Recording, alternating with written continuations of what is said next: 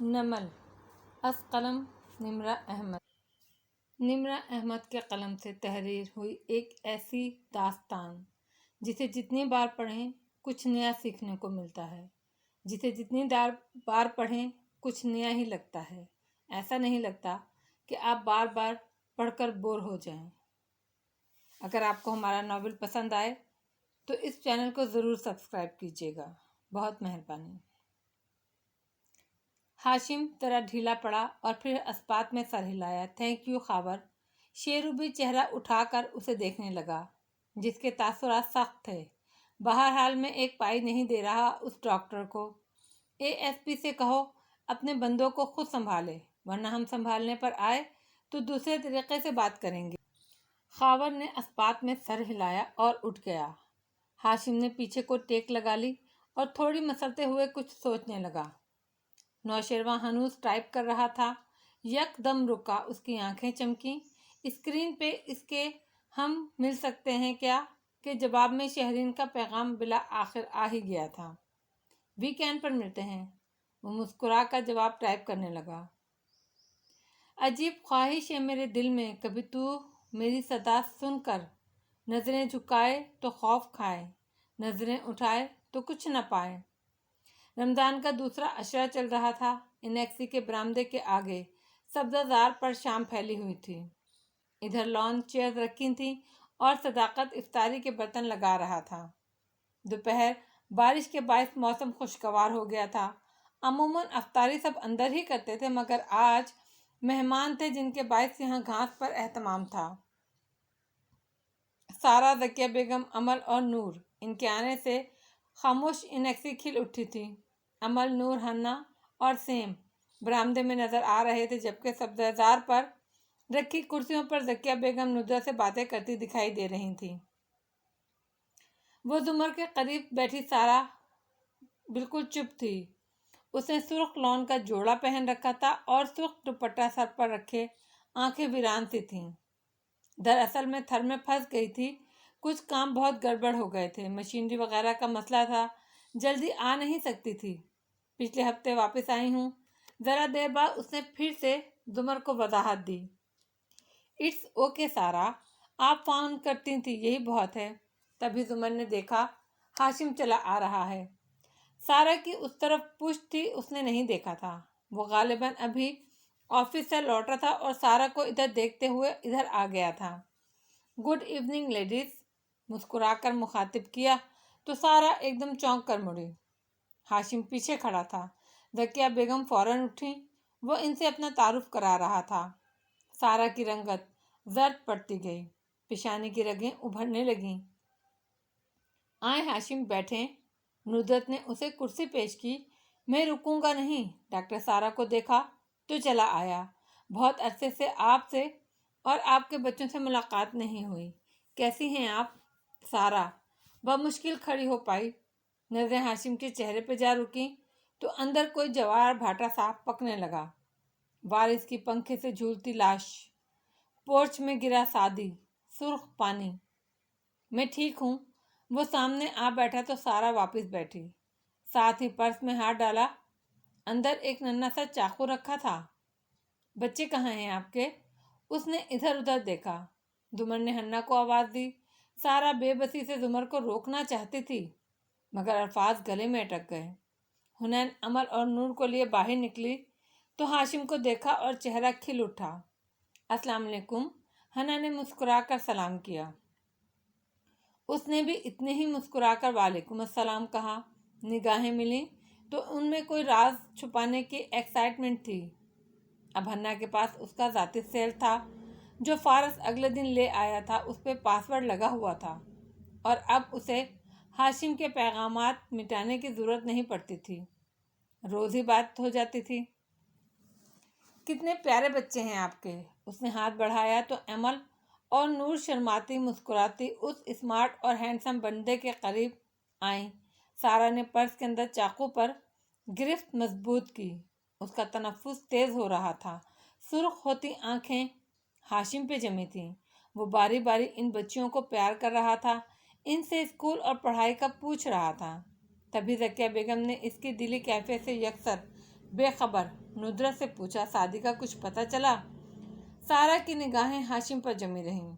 اس نے عمل کا نرم چھوٹا سا ہاتھ تھام رکھا تھا اور مسکرا کر اس کی باتیں سن رہا تھا۔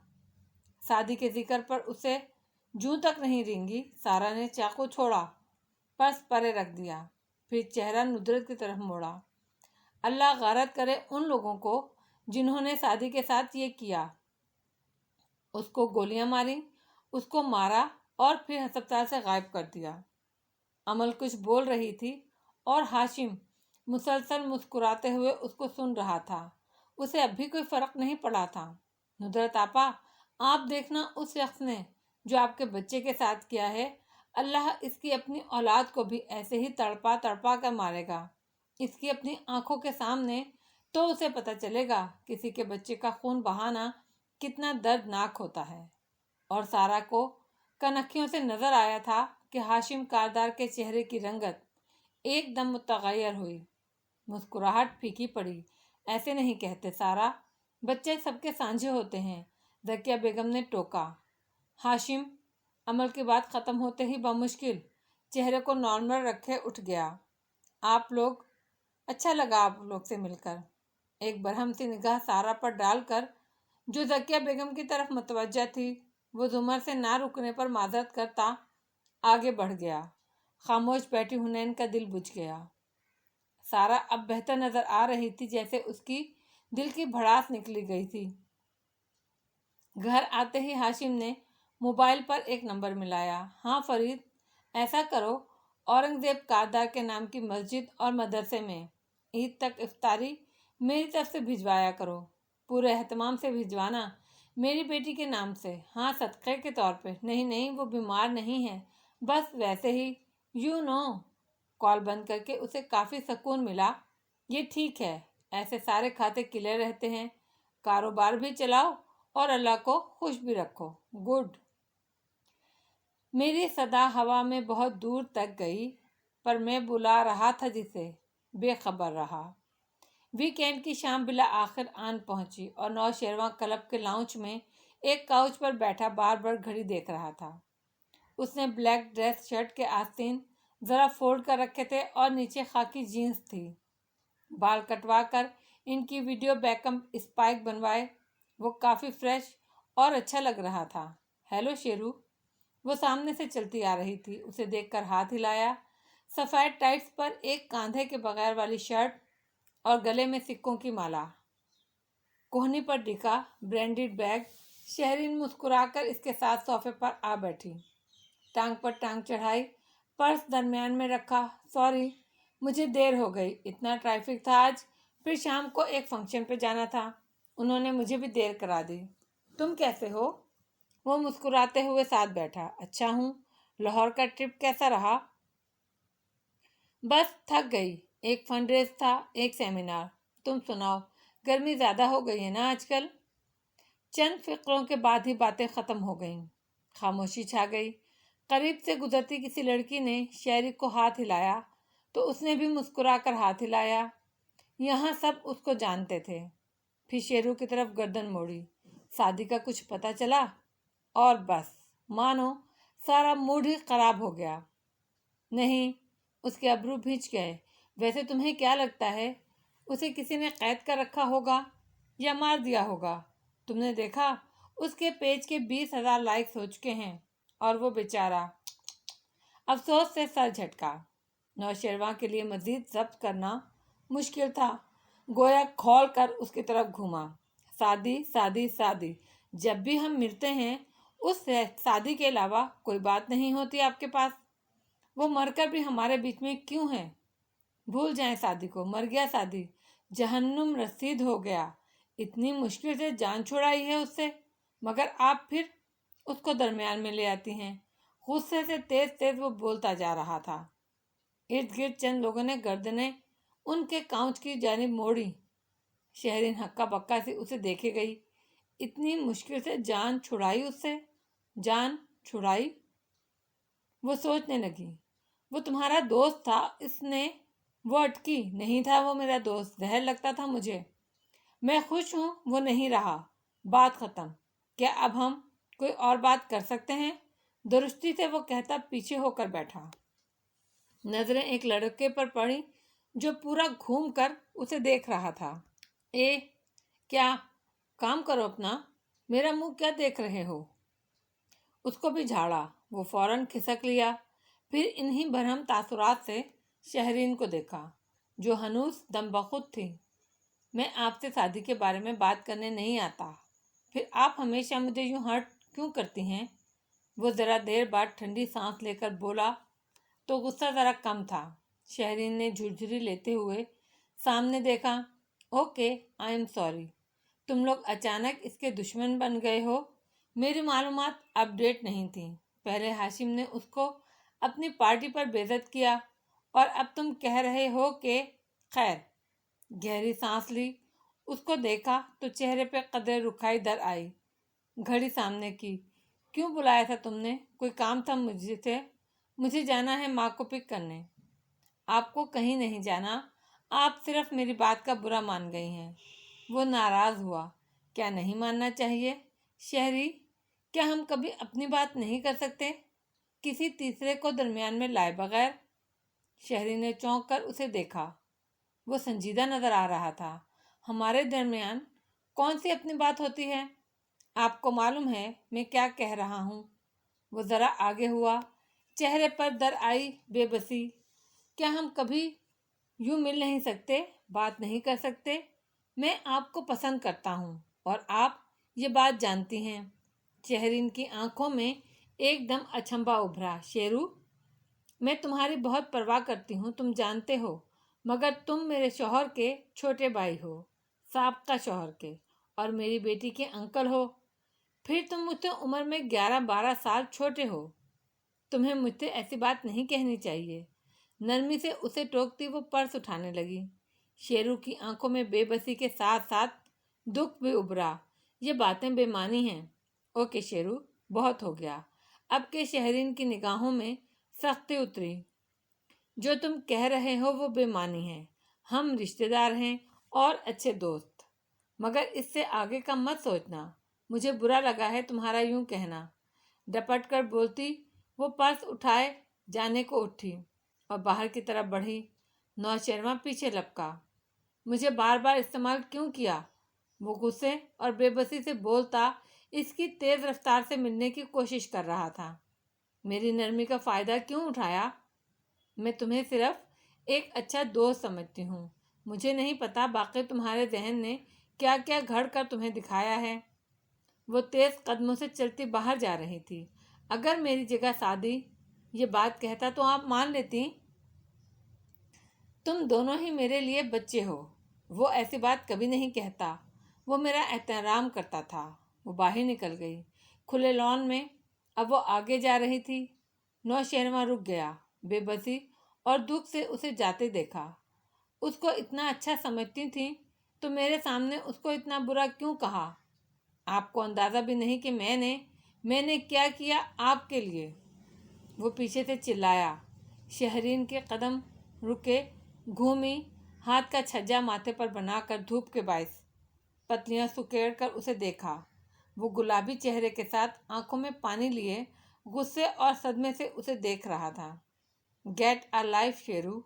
وہ واپس پلٹ کر آگے بڑھ گئی، اس شے کو ذہن سے جھٹکتی جو نوشیروان کے الفاظ اور انداز اسے بتا رہے تھے۔ کچھ عجیب تھا اس کے سرخ بھبو کا چہرے پر اس وقت۔ وہ کسی اعتراف سے چند لمحوں کی دوری پہ تھا۔ دیکھتا ہوں سب شکلیں، سن رہا ہوں سب باتیں، سب حساب ان کا میں ایک دن چکا دوں گا۔ فوڈلی ایور آفٹر۔ گاہکوں کا معمولی رش تھا۔ ندرت کاؤنٹر کے ساتھ رکھی میز پر کچھ بل وغیرہ دیکھ رہی تھیں۔ ان کا خول جو سارا اور بچیوں کے آ جانے سے ذرا چٹکا تھا پھر سے واپس پتھر بن گیا تھا۔ قریب سے جنید ٹرے اٹھائے گزر رہا تھا۔ تبھی راستے میں اچانک سے گل خان آ کھڑا ہوا۔ کیا ہے؟ جنید نے بدقت کوفت چھپائی۔ شادی کا لاڈلا 1 مہینہ پشاور میں گزار کر بالآخر واپس آ گیا تھا۔ جنید بھائی، یہ تم شادی بھائی کی پھپھو کے لیے لے کر جا رہے ہو نا؟ ٹرے میں کافی کے مگ کی طرف اس نے اشارہ کیا۔ یہ ہمیں دے دو، ہم لے جائے گا۔ دے دو بھائی۔ جنید نے ایک بے بس نگاہ ندرت پر ڈالی جو بے نیاز بیٹھی کام کر رہی تھی اور ٹرے اسے تھمائی۔ خود منہ نہ لگانا، ایسا کوئی مفت خورا سمجھ رکھا ہے تم نے ہمیں بھائی؟ لا حول ولا قوت، بگڑ کر کہتا ٹرے اٹھائے سیڑھیاں چڑھتا گیا۔ جب اوپر دروازے تک پہنچا تو نیچے جھانکا۔ جنید ادھر ادھر ہو گیا تھا۔ اس نے جلدی سے مگ سے گھونٹ بھرا۔ اس ریسٹورانٹ کی لذیذ کافی، اور ہونٹ صاف کرتے سنجیدہ چہرہ بناتے دروازہ کھٹکھٹا کر کھولا۔ اگلا منظر کھلتا گیا۔ اوپر والا کمرہ اتنا ہی کھلا تھا جتنا نیچے ریسٹورانٹ تھا، مگر فرش خالی تھا۔ 2 دیواریں شیشے کی تھیں جن کے پار اندھیرے میں جگمگاتے شہر کی بتیاں دکھائی دے رہی تھیں۔ ایک بڑی میز پر کاغذ اور فائل بکھری ہوئی تھیں۔ فارس پشت کیے کھڑا ایک فائل کے صفحے پلٹ رہا تھا۔ ساتھ ہی کرسی پر ٹانگ پہ ٹانگ جمائے قلم انگلیوں میں گھماتی زمر بیٹھی نفی میں سر ہلاتی کہہ رہی تھی، اب سرمد شاہ کو دیکھنے کا وقت ہے۔ میرا خیال ہے آہٹ پر گردن گھمائی تو گل خان کو آتے دیکھ کر نرمی سے مسکرائی، ہاتھ بڑھا کر مگ اٹھایا۔ ارے گل خان، تم اتنا عرصہ کہاں تھے؟ وہ شادی کی گمشدگی کے دنوں میں آ جاتا تھا، پھر درمیان میں مہینہ بھر نہیں آیا۔ فارس نے پلٹ کر بس ایک نگاہ ڈالی۔ باجی، ہم پشور گیا ہوا تھا، ہمارا بابا کا چچا داد بھائی مر گیا تھا۔ ہاتھ جھلا کر کہتا وہ کرسی کھینچ کر سامنے بیٹھا۔ وہ 12-13 سال کا پھولے سیب سے گالوں اور بھورے بالوں والا پٹھان لڑکا تھا۔ شلوار قمیض پہنتا اور پائچے ٹخنوں سے اوپر رکھتا۔ سر پر پشاوری ٹوپی تھی۔ زمر جو بغور کافی کے مگ کو دیکھ رہی تھی ایک نظر اس پر ڈالی۔ بہت افسوس ہوا، ویسے یہ کافی بہت ٹیسٹی ہے نا؟ کپ لبوں سے لگاتے مسکرا کر پوچھا تو گل خان بے اختیار تھوک نکل کر رہ گیا اور ادھر ادھر دیکھنے لگا۔ پھر بات بدلنے کی غرض سے جلدی سے بولا، باجی تم ادھر کیا کر رہی ہو؟ نیچے کسٹمر ہوتے ہیں اور مجھے کام کرنے کے لیے جگہ چاہیے تھی۔ اوپر والا ہال ویسے بھی ریونیشن کے لیے بند پڑا تھا، سو بھابھی نے مجھے دے دیا۔ اچھا، اس نے اس بات میں سر ہلایا۔ سچ باجی، اس دن ہم حیات آباد میں اپنے چاچے کی دکان پر بیٹھا تھا تو ہمیں یاد آیا جب سعدی بھائی کھویا تھا اور تم ادھر ملازموں سے پوچھ رہی تھیں کہ بھائی کا کسی سے جھگڑا تھا یا دشمنی تو نہیں تھی، تو واللہ باجی اس دن یاد آیا ایک دفعہ بھائی کا ادھر ہلکا سا جھگڑا ہوا تھا۔ ریسٹورنٹ کے باہر سمت اشارہ کیا۔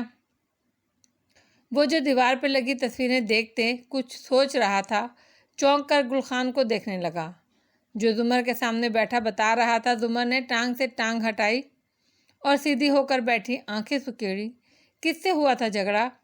ایک آدمی تھا، اس کی مہنگی سی ڈبہ گاڑی تھی، بہت مہنگی والی۔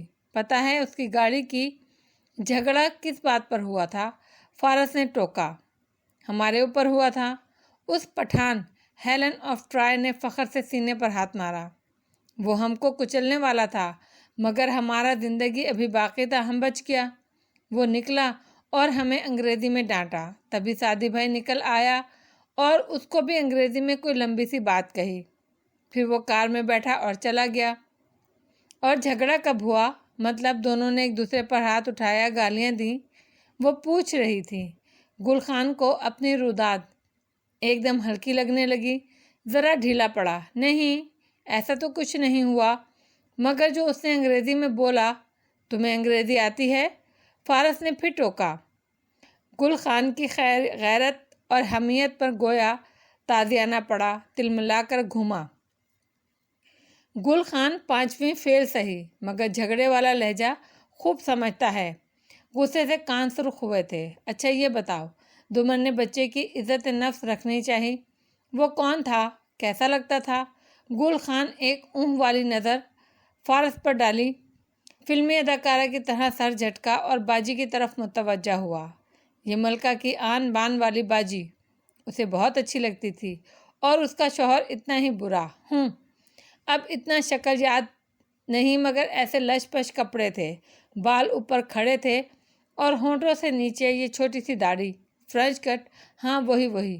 اور باجی اس کا گاڑی بہت مہنگا تھا، کوئی 4-5 کروڑ کا ہوگا۔ زمر نے گہری سانس لی۔ بچہ اب لمبی لمبی چھوڑ رہا تھا۔ تمہارا مطلب ہے 4-5 لاکھ؟ نہیں باجی، 4-5 لاکھ کا تو 3-4 گاڑی گل خان بھی خرید لے۔ اس کا گاڑی کروڑوں کا تھا، سعدی بھائی نے خود بتایا تھا۔ اس نے ذرا بے بسی سے زور دیا۔ زمر اب اس کو جانے کا کہنے لگی کہ فارس ایک دم چونکا۔ 1 منٹ، کار کا رنگ کیا تھا؟ سفید۔ اس کی آنکھیں چمکی۔ فارس اور زمر نے ایک دوسرے کو دیکھا۔ نوشیروان کی رولز رائس ایک دم ذہن میں جھماکا ہوا، مگر جب جنید کو بلایا تو اس نے عام سے انداز میں سارا قصہ دہرایا۔ فارس بھائی، کوئی جھگڑا وغیرہ نہیں ہوا تھا، یہ بچہ انتہائی بدتمیز اور شرارتی ہے، اس کی گاڑی کے نیچے آنے لگا تھا۔ غلطی اس شخص کی نہیں تھی۔ سعدی بھائی باہر گئے اور جا کر اس سے صرف بات کی۔ میں ذرا دور تھا، سنا نہیں، مگر آدمی غصے میں لگتا تھا۔ ظاہر ہے بچہ مرتے مرتے بچا تھا۔ سعدی بھائی نے بس ٹھنڈے طریقے سے اسے 2-4 باتیں کہیں۔ وہ پلٹ کر چلا گیا جواب میں کچھ بھی کہے بغیر۔ میں نے بعد میں پوچھا یہ کون تھا؟ سعدی بھائی نے کہا میرا پرانا دوست ہے۔ ٹھیک ہے، ایسی کوئی بات نہیں، میں دیکھ لوں گا۔ فارس نے بے تاثر سے انداز میں ان دونوں کو جانے کا اشارہ کیا۔ گل خان نے ایک پر امید نگاہ زمر پر ڈالی جو کچھ سوچ رہی تھی، اور پھر دوسری شدید کینہ توز اور رقابت سے بھری نظر فارس پر ڈالی، اور پھر بے دلی سے اٹھ کر باہر نکل گیا۔ ریسٹورنٹ کے باہر اپنے پھولوں کے اسٹال کے ساتھ آ کر وہ کھڑا ہوا تو سخت کبیدہ خاطر لگ رہا تھا۔ ہمارا بات کو کوئی اہمیت ہی نہیں، سارا بات باجی اسی فارس بھائی کا سنتا ہے، ہر روز شام کو ادھر آ جاتا ہے۔ غصے سے منہ ہی منہ میں بڑبڑایا، پھر احتیاط سے لباس کی اندرونی جیب میں ہاتھ ڈال کر کچھ نکالا تو چہرے پر غصے کے ساتھ ساتھ دکھ بھی تھا۔ وہ شکل کا اچھا ہے تو کیا ہوا، گل خان بھی کسی سے کم نہیں۔ اب جب تک یہ باجی کے پاس رہے گا ہم بھی، یہ ہیرے والا چابی باجی کو نہیں دے گا۔ مٹھی کھول کر دیکھی تو اس میں سیاہ مصنوعی ہیرے والی کی چین تھی جس پر آنٹس ایور آفٹر لکھا تھا، اور اس میں چابیوں کے ساتھ ایک سلور پین بھی نتھی تھا۔ گل خان نے چند لمحے افسوس سے سادی کیک کی چین کو دیکھا، پھر اسے احتیاط سے واپس اندرونی جیب میں رکھ کر جیب کی زپ بند کر دی۔ ایک کینہ توز نظر اوپر ریسٹورنٹ پر ڈالی اور پھر سر جھٹک کر اسٹال کی طرف متوجہ ہو گیا۔ اس کے جانے کے چند لمحوں بعد وہ دونوں خاموش بیٹھے رہے۔ سونیا کی سالگرہ والے دن بھی شیرو نے سعدی سے تلخ کلامی کی تھی۔ میں درمیان میں آیا تو وہ ٹھنڈا پڑ گیا۔ خیر، وہ اس کا دوست تھا، دوستوں میں ایسی باتیں ہوتی رہتی ہیں، وہ کہنے کے ساتھ ساتھ فون پر نمبر بھی ملا رہی تھی۔ فارس خاموش ہو گیا، مگر وہ کچھ سوچ رہا تھا۔ نوشیروان، میں زمر بات کر رہی ہوں۔ گہری سانس لی۔ میں اب ڈی اے نہیں ہوں، آپ مجھے مسز زمر کہہ کر پکار سکتے ہو۔ اچھا، آپ گھر پہ ہو؟ اوکے، میں تراویح کے بعد گھر آ جاؤں گی، مجھے آپ سے ملنا ہے۔ اور موبائل کان سے ہٹایا۔ فارس سینے پر بازو لپیٹے میز کے کنارے سے ٹیک لگائے کھڑا اسے دیکھ رہا تھا۔ وہ سعدی کا دوست ہے، میں اس پر شک نہیں کر رہی ہوں، مگر ہو سکتا ہے وہ سعدی کے مزید دوستوں کے بارے میں کچھ جانتا ہو۔ وہ لڑکی جو سعدی کے ساتھ تھی، مبینہ طور پر شاید وہ اس کو جانتا ہو، وہ کچھ چھپا رہا ہو۔ ویسے وہ الٹی کھوپڑی کا بگڑا بچہ ہے، اس کا دماغ اتنا دور تک نہیں جایا کرتا، پھر بھی آپ اس سے یہ بات کلیئر کر لیجئے گا۔ اس نے عادتاً اسٹیکی نوٹس کا پیڈ اٹھایا، قلم سے اس پر لکھا گل خان، ڈبہ گاڑی نوشیروان، اردو میں یہ الفاظ لکھ کر اس نے وہ میز کے کنارے پر چپکا دیے تاکہ زمر کو یاد رہیں، اور خود مڑ کر دیوار کی طرف چلا گیا۔ ہم اے ایس پی کی بات کر رہے تھے فارس، اب ہمیں اس کو کارنر کرنا چاہیے۔ نہیں، پہلے ڈاکٹر بخاری۔ اس کا انداز قطعی تھا۔ وہ سرجن جس نے سعدی کا آپریشن کیا تھا؟ ہاں، وہ اس رات کال پہ نہیں تھا۔ سعدی کو ہسپتال لانے کے بعد وہ اچانک سے آیا، اوورٹیک اوور کر لیا، اسی نے وارڈ بوائے بھیجے اور اسی نے سعدی کو ہسپتال سے نکلوایا ہے۔ وہ راہداری جس کی اصل فوٹیج نکال کر ایک ہی کلپ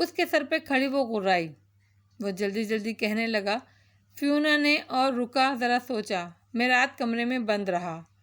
فیونا آئی تھی، پھر صبح میں ہاشم بھائی اور آپ آفس کے لیے گئے۔ گیٹ کے دونوں گارڈ نے دیکھا، اور ہاں، ڈائننگ ہال میں۔ فہرست مت بتاؤ، مجھے معلوم ہے اس صبح ڈیوٹی پر کون کون تھا۔ فیونا قابل بھروسہ ہے، مگر اس کے علاوہ سب کو میں فائر کر رہی ہوں۔ دوسرے شہروں میں اچھی نوکریاں دلوا دوں گی۔ اگلے ماہ سے ہم اپنا نیا اسٹاف رکھ رہے ہیں۔ وہ رکی، فارس نے تو نہیں دیکھا تمہیں؟ اور ایک دم نوشرما سیدھا ہوا۔ اسے یاد آیا، زمر ڈی اے، اس نے دیکھا تھا مجھے۔ سفید پڑتے چہرے کے ساتھ شیرو نے دونوں کو دیکھا۔ ہاشم بھائی، ان کی شادی کی صبح ان کے گھر سے جب نکلے تو میں ادھر بالکنی میں کھڑا تھا۔ وہ باہر نکلی تو اس نے مجھے دیکھا تھا۔ اوہ، اسے سب سمجھ آنے لگا۔ اس دن جب میں نے اسے بتایا کہ میں اس کی شادی سے پہلے ہی دبئی جا چکا تھا تو وہ، اور پوری بات سن کر ہاشم کا دماغ گھوم گیا۔ یہ بات زور دے کر کہنے کی کیا ضرورت تھی؟ میرے اللہ، نوشیروہ میں تمہارا کیا کروں؟ موبائل اٹھاتے ہوئے وہ غرایا، میں زمر کے پاس تمہارے ساتھ جاؤں گا اور بات سنبھال لوں گا اگر… بالکل نہیں، بالکل نہیں۔ جواہرات سلگتی نظروں سے اسے گھورتی اس کے سامنے آ کھڑی ہوئی۔ اس کو بیبی سیٹ کرنا چھوڑ دو ہاشم، اس کو اپنے مسئلے خود حل کرنے دو۔ وہ اکیلا جائے گا اور خود زمر کو کنونس کرے گا۔ وہ ایک کاردار ہے، اگر وہ سعدی کو گولی مار سکتا ہے تو وہ کچھ بھی کر سکتا ہے۔ ہاشم شدید غیر آرام دہ ہوا، مگر ممی زمر کو شک۔ نوشیروان کو اب عادت ڈالنی ہے ہاشم، اپنے بگڑے کام خود سنبھالنے کی۔ وہ اس کی طرف آئی اور انہی شعلہ بار نظروں سے اسے دیکھا۔ زندگی میں پہلی اور آخری دفعہ تم سے پوچھ رہی ہوں، نوشیروان، کیا تم اپنے مسئلے خود سنبھال سکتے ہو؟ جی، شیرو نے اسبات میں سر ہلایا۔ اوکے، اور ایک دفعہ پھر باری باری دونوں کو گھورا، لعنت ہے تم دونوں پہ۔ زمر کار کھڑی کر کے گھاس پر اتری ہی تھی کہ مسز زمر کی آواز آئی۔ وہ جو کسی اور دھیان میں تھی پلٹی۔ نوشیروان چلا آ رہا تھا۔ جینس کی جیب میں ہاتھ تھے اور چہرے پر دوستانہ مسکراہٹ تھی۔ اوہ نوشیروان، اسے اس سے بات کرنی تھی۔ ذہن اتنا الجھا ہوا تھا کہ فراموش کر گئی۔ وہ قدم قدم چلتا قریب آیا۔ سبزہ زار تاریک تھا، لیکن انیکسی کے برآمدے کی بتیاں جل رہی تھیں۔ وہ بالکل سامنے آیا تو چہرہ روشنی میں آیا۔ مجھے آپ سے بات کرنی تھی۔ دراصل وہ رکا۔ زمر ٹھہر کر سننے لگی۔ میں نے اس دن آپ سے جھوٹ بولا تھا کہ میں آپ کی شادی کی رات دبئی گیا تھا۔ اس کے چہرے پر معذرت خواہ تاثر تھا۔ میں آپ کی شادی کے وقت ادھر ہی تھا، انفیکٹ اگلی صبح بھی میں ادھر ہی تھا۔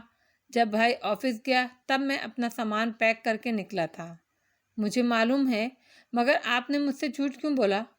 اس نے پتلیاں سکیڑ کر غور سے شیرو کو دیکھا۔ کیونکہ آپ نے مجھے بیلکنی میں دیکھ لیا تھا اسموکنگ کرتے ہوئے۔ نگاہیں پشیمانی سے جھکائیں۔ میں سگریٹ نہیں پی رہا تھا، وہ ڈرگس تھیں۔ اوہ، اس کی آنکھیں تعجب سے پھیلیں۔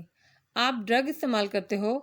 پلیز ممی، یا بھائی کو مت بتائیے گا، بھائی مجھے جان سے مار دے گا۔ اسی لیے میں نے آپ سے جھوٹ بولا۔ آپ ممی کو بتا دیں گی؟ مجھے یہی ڈر تھا۔ آپ اپنی بیلکنی میں اسموکنگ کر رہے تھے اور آپ کے گھر والوں کو نہیں پتا۔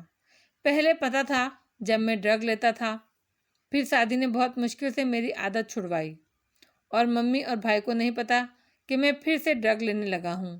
صرف سعدی کو پتا تھا۔ ظاہر ہے دوستوں سے ہر بات نہیں چھپتی۔ میں اسی لیے اس کے آخری دنوں میں اسے بھی اوائڈ کر رہا تھا اور شرمندہ تھا، مگر اب آئی سوئر میں چھوڑنے کی کوشش کر رہا ہوں۔ بس آپ کسی کو کچھ مت بتائیے گا۔ زمر چند لمحے غور سے اسے دیکھتی رہی۔ آپ کا سعدی سے جھگڑا کیوں ہوا تھا؟ اس کے ریسٹورنٹ کے باہر اور پھر یہاں پارٹی میں؟ جھگڑا؟ نوشیروان کی آنکھوں میں حیرت اتری۔ اندر سے دل کانپا۔ میرا تو اس سے کوئی جھگڑا نہیں ہوا۔ ہاں، بس اس نے مجھے جھڑکا تھا ڈرگ کی وجہ سے، اور میں اس کو اوائڈ کر رہا تھا، مگر مجھے پتا ہے وہ میرا بھلا ہی چاہتا تھا۔ Okay, thank you Nosherwan. اس نے سر ہلایا الوداعی انداز میں اور اجرت میں گھر کی طرف بڑھ گئی۔ اس کے ذہن میں فی الحال کچھ اور چل رہا تھا۔ نوشیما نے مسکراتے ہوئے اسے واپس جاتے دیکھا اور پلٹ گیا، جیبوں میں ہاتھ رکھے جو پسینے میں بھیگ چکے تھے، اور دل ہنوز زور سے دھڑک رہا تھا۔ حلق خوش تھا، مگر جواہرات کے دیے اعتماد اور ہاشم کی آدھے گھنٹے کی وٹنس پریپریشن نے واقعی ثابت کر دیا تھا کہ وہ ایک کاردار ہے۔ آخری کہا اسی کا ہوگا۔ میں اپنی جفاؤں پہ نادم نہیں ہوتا، میں اپنی وفاؤں کی تجارت نہیں کرتا۔ زمر اندر آئی تو ابا وہیں بیٹھے تھے، لاؤنج میں۔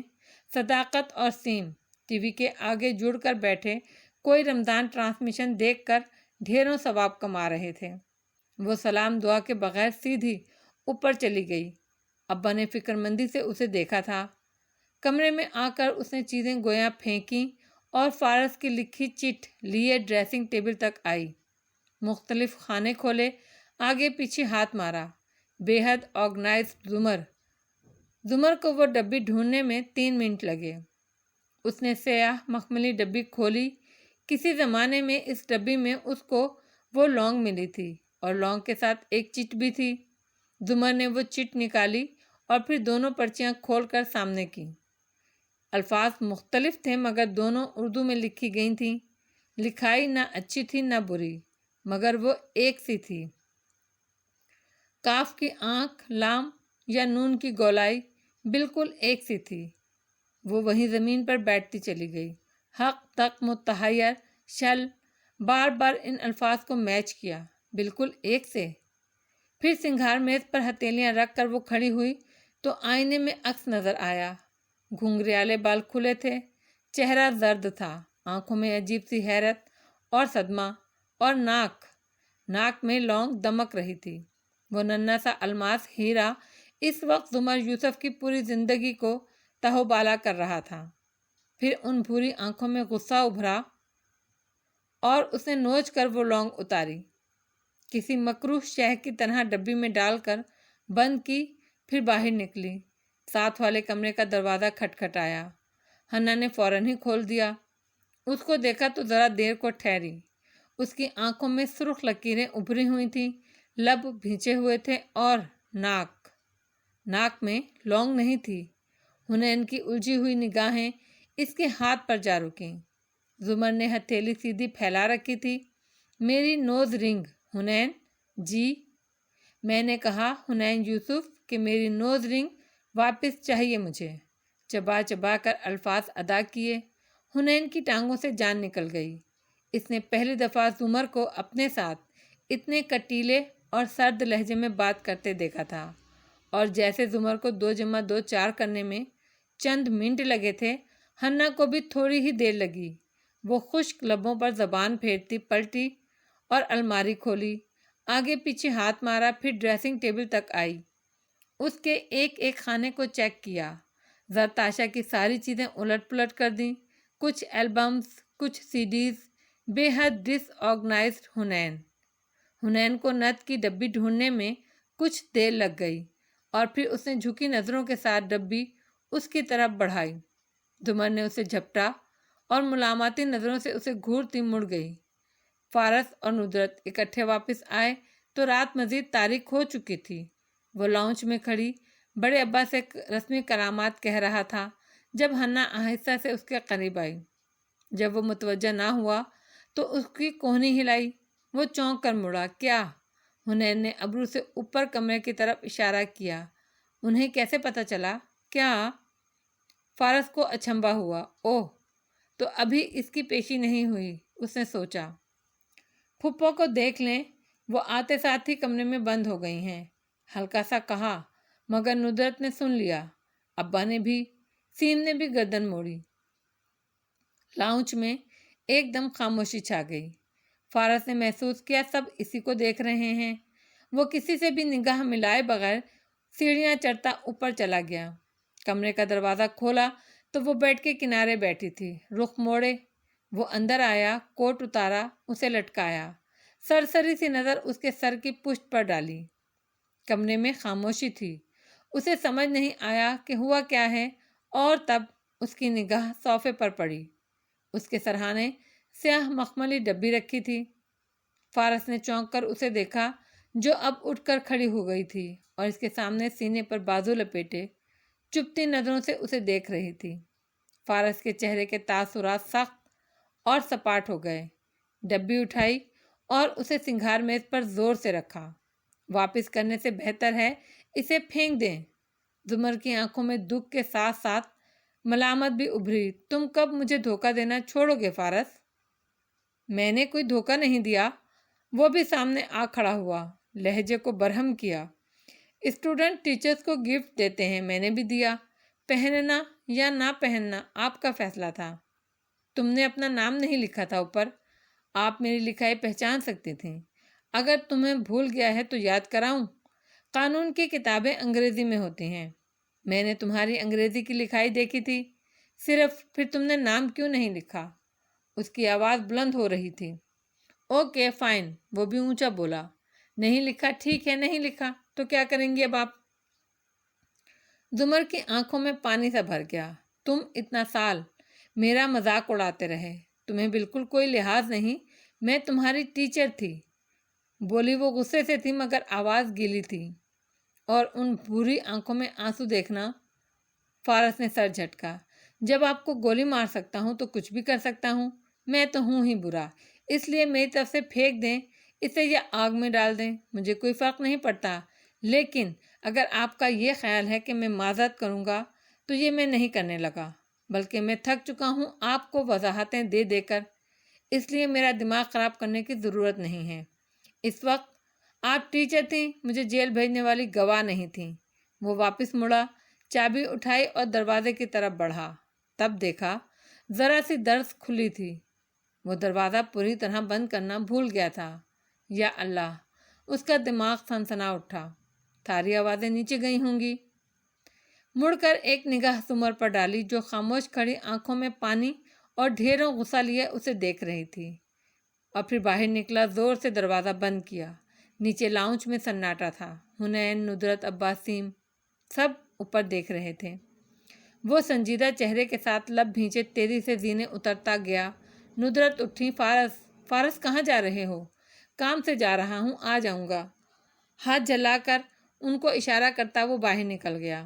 حنین جاؤ جاؤ، اس کو روکو، اسے کہو مت جائے، مگر حنین وہیں بیٹھی رہی۔ امی خیر ہے، بیٹھ جائیں، وہ آ جائیں گے۔ اس نے بظاہر خود کو بے فکر ظاہر کیا، البتہ بار بار پریشان نگاہ اوپر ضرور اٹھتی تھی۔ اسے پتہ تھا فارس ابا سے شرمندہ ہیں کہ انہوں نے اسے ان کی بیٹی کے ساتھ اس طرح بات کرتے سنا ہوگا۔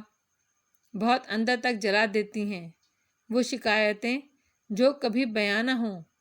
ندرت چند لمحے چوکھٹ میں کھڑی رہی، پھر واپس آئیں، سیڑھیوں کے پاس ٹھہر کر گردن اونچی کی۔ زمر زمر، ان کی آواز میں کچھ ایسا تھا کہ حنین چونکی۔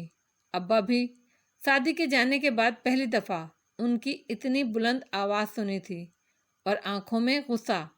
زمر کمرے سے باہر آئی، اوپر ریلنگ کنارے رکی، گیلی آنکھیں رگڑ لی تھیں۔ جی، وہ پرسکون نظر آنے کی کوشش کرتی کہہ رہی تھی۔ تم نے فارس کو کیا کہا ہے؟ وہ کیوں چلا گیا ہے؟ اوپر کھڑی زمر کی آنکھوں میں ذرا تعجب ابھرا۔ الفاظ پر نہیں، انداز پر۔ میں نے اسے کچھ نہیں کہا، ہم نے خود سنا ہے، تم دونوں جھگڑ رہے تھے، وہ پریشان تھیں، غصے میں تھیں۔ تم اس کے ساتھ ایسا سلوک کیوں کر رہی ہو؟ یہ شادی تمہاری مرضی کے بغیر تو نہیں ہوئی تھی۔ حنین نے چہرہ موڑا۔ کچن کے دروازے پہ کھڑا صداقت بنا پلک جھپکے ادھر دیکھ رہا تھا۔ اس نے صداقت کو متوجہ کیا۔ وہ چونکا، کھلا منہ بند کیا۔ جاؤ اپنے کوارٹر میں، ادھر کیا کر رہے ہو؟ ڈپٹ کر بولی تو وہ شرمندہ سا فوراً باہر کھسک گیا۔ ادھر زمر آواز نیچی کیے کہہ رہی تھی، ایسا کچھ نہیں ہے بھابھی، میں نے اسے کچھ نہیں کہا، وہ خود گیا ہے۔ سعدی بھی ایسے ہی گیا تھا اور پھر واپس نہیں آیا، اب فارس بھی واپس نہیں آئے گا۔ تم نے اسے مجبور کیا ہے گھر چھوڑنے پر۔ سعدی بھی تمہاری وجہ سے گیا تھا۔ ان کی آنکھوں میں آنسو تھے اور آواز غصے سے بلند ہو رہی تھی۔ میری وجہ سے؟ زمر دم بخود رہ گئی۔ ہاں، تم اس روز سعدی سے لڑی تھیں، میں نے خود سنا تھا، تم اس کو ڈانٹ رہی تھیں۔ اس کے بعد وہ گھر سے چلا گیا اور واپس نہیں آیا۔ حنین کو لگا کسی نے اس کے منہ پر بیلچہ دے مارا ہو۔ وہ ہکا بکا سی کھڑی ہوئی۔ نہیں امی، پھپھو تو میرے لیے میری سائڈ لے رہی تھی۔ اس نے وحشت سے زمر کو دیکھا جو ریلنگ پر ہاتھ رکھے سن سی کھڑی تھی۔ سعدی میری وجہ سے نہیں گیا بھابھی، تم نے فارس کو گھر سے نکالا ہے جیسے تمہاری امی نے مجھے نکالا تھا۔ تم لوگوں نے ساری زندگی ہمارے ساتھ یہی کیا ہے، اب تم فارس کے ساتھ وہی کر رہی ہو۔ دکھ سے ان کی آواز پھٹ رہی تھی۔ ندرت، ابا نے برہمی سے ٹوکا، میری امی کے بارے میں کچھ مت کہیے، اور سعدی میری وجہ سے نہیں گیا۔ وہ بدقت بول پائی، اس کی آنکھیں گلابی پڑنے لگی تھیں۔ میں اس سے نہیں لڑی تھی، صرف ذرا سا خفا۔ تمہیں کیا حق تھا اس سے خفا ہونے کا؟ وہ ایک دم زور سے چلائیں۔ حنین ڈر کر 2 قدم پیچھے ہٹی۔ وہ میرا بیٹا تھا، تمہارا بیٹا نہیں تھا۔ یہ میرے بچے ہیں، ان کو صرف میں ڈانٹ سکتی ہوں۔ تم اپنے سارے حق اپنے بچوں کے لیے رکھو۔ ندرت، بس کر دو، بڑے ابا بلند آواز میں سختی سے بولے، اور ندرت چپ ہو گئیں، کیونکہ کہنے کے بعد ان کو احساس ہوا تھا کہ ان کا آخری فقرہ مناسب نہیں تھا، اور اس آخری فقرے نے زمر کا دل ہی توڑ دیا۔ اس کا ریلنگ پر جمع ہاتھ نیچے گر گیا، وہ چہرہ جھکائے قدم قدم زینہ اترتی گئی۔ لاؤنج میں وحشت ناک سناٹا چھا گیا۔ زمر کسی کو بھی دیکھے بغیر بیرونی دروازے کی طرف بڑھی۔ حنین کی نظریں اس کے قدموں پر جا ٹھہری۔ وہ ننگے پاؤں تھی۔ پھر وہ اس طرح باہر نکل گئی، مگر حنین میں کھڑکی کا پردہ سرکا کر دیکھنے کی ہمت بھی نہیں تھی۔ دروازہ بند ہوا تو ندرت چھوٹے چھوٹے قدم اٹھاتی سیڑھیاں چڑھتی گئی۔ وہ شاید رو بھی رہی تھی۔ ابا فکر مندی سے بند دروازے کو دیکھ رہے تھے۔ پھر سیم اٹھا اور باہر گیا۔ چند لمحوں بعد واپس آ گیا۔ پھپھو باہر نہیں ہیں، کہاں چلی گئیں؟ حنین نے پریشانی سے فارس کا نمبر ملایا۔ اس نے کال کاٹ دی، ایک بار، دوسری بار، پھر اس نے غصے سے ٹیکسٹ بھیجا، امی اور پھپھو کی لڑائی ہوئی ہے اور امی نے پھپھو کو گھر سے نکال دیا ہے۔ پھر گہری سانس لے کر بیٹھ گئی۔ حسب توقع فون فوراً بجا۔ کیا ہوا؟ وہ فوراً تشویش سے بولا، آواز سے لگتا تھا ڈرائیو کر رہا ہے۔ وہی جو لکھا تھا۔ امی نے پھپھو کو بہت سنائی اور وہ گھر سے چلی گئیں۔ قصور کس کا تھا؟ چند لمحوں کی خاموشی کے بعد اس نے پوچھا، آپ کا؟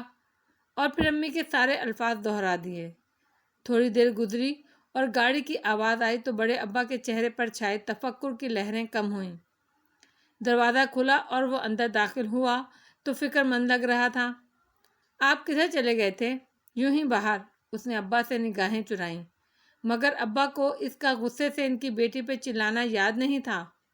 ان کو صرف زمر کی فکر تھی۔ جاؤ زمر کو دیکھو، وہ کہاں چلی گئی؟ گاڑی تو کھڑی ہے اس کی۔ تمہاری امی کہاں ہیں؟ ساتھ ہی اوپر دیکھا۔ امی ٹھیک ہیں، ان کی فکر مت کریں، بس پھپھو کو لے آئے۔ ان کو کھونا ایسے ہے جیسے ہم سعدی بھائی کو دوسری دفعہ کھو دیں گے۔ حنین ایک دم اداس ہو گئی تھی۔ میں دیکھتا ہوں، تم جاؤ اپنی امی کے پاس بیٹھو۔ وہ الٹے قدموں مڑ گیا۔ باہر سبزہ ویران سنسان پڑا تھا۔ وہ قصر کے فرنٹ تک آیا۔ ملازموں کی آگے پیچھے آمد و رفت کچھ غیر معمولی لگ رہی تھی۔ زمر کہیں بھی نہیں تھی۔ وہ گیٹ کے قریب آیا تو اوپر کیبن سے گارڈ نے پکارا، سر، مسز غازی اس طرف گئی ہیں۔ اس نے چونک کر گردن اٹھائی۔ گارڈ اشارہ کر کے بتا رہا تھا وہ باہر گئی تھی۔ باہر سڑک تاریک تھی۔ فلیش لائٹ تو دو، اس نے ہاتھ اٹھایا۔ گارڈ نے لائٹ اس کی طرف اچھال دی۔ لے جائیں سر، بھلا ہمیشہ کے لیے لے جائیں، دل برداشتہ سے کہتا گارڈ واپس بیٹھ گیا۔ فارس نے لائٹ تھامی اور گیٹ سے باہر آیا۔ وہ پہاڑی کو کاٹ کر بنائی ہوئی سڑک تھی۔ دور دور اونچے محلات تھے۔ کہیں کہیں کئی کنال کی جگہیں خالی تھیں، وہاں جنگل اگے تھے۔ وہ جوگر پتھر پر رکھتا سڑک کنارے اوپر چڑھنے لگا جہاں اونچے درخت تھے، ساتھ ہی فکر مندی سے اسے پکارتا روشنی پھینک رہا تھا، زمر۔ آواز رات کے اندھیرے میں گم ہو جاتی، کبھی لوٹ کر سنائی دیتی۔ وہ اوپر چڑھتا آیا، ٹارچ والا ہاتھ مسلسل ہل رہا تھا، پھر روشنی ایک جگہ تھمی۔ درختوں کے بیچ اسے وہ نظر آئی، زمین پر ننگے پاؤں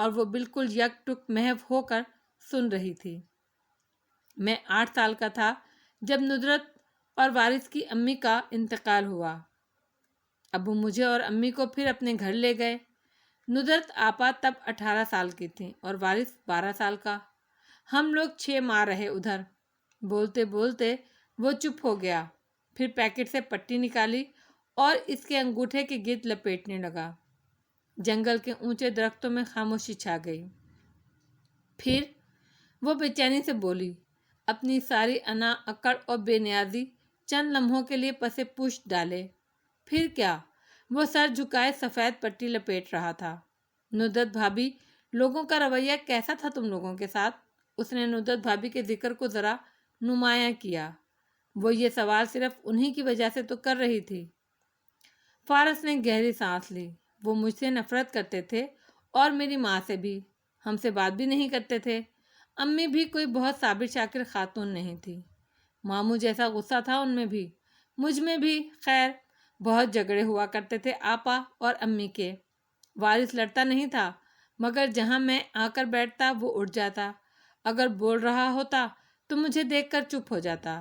ہم 6 ماہ وہاں رہے، بدترین دن تھے وہ۔ پھر کیوں واپس چلی گئیں تمہاری امی؟ اس نے نرمی سے پوچھا۔ پتہ نہیں کیوں، اس محب تاریک جنگل میں اس کے ساتھ بیٹھے اسے 4 سال پہلے کی وہ گولیاں، وہ فون کالز سب بھولنے لگا۔ ایسے لگ رہا تھا وہ فارس غازی سے پہلی دفعہ مل رہی ہے۔ امی نہیں گئی تھیں، میں گیا تھا۔ سر جھکائے فارس نے پٹی کے اوپر شفاف ٹیپ لگا کر اسے پکا کیا، پھر پیچھے ہٹا۔ زمر نے بھی پیر ذرا پیچھے کھینچ لیا، واپس درخت سے ٹیک لگا کر اکڑوں بیٹھا اور دائیں جانب درختوں کو دیکھتے ہوئے کہنے لگا،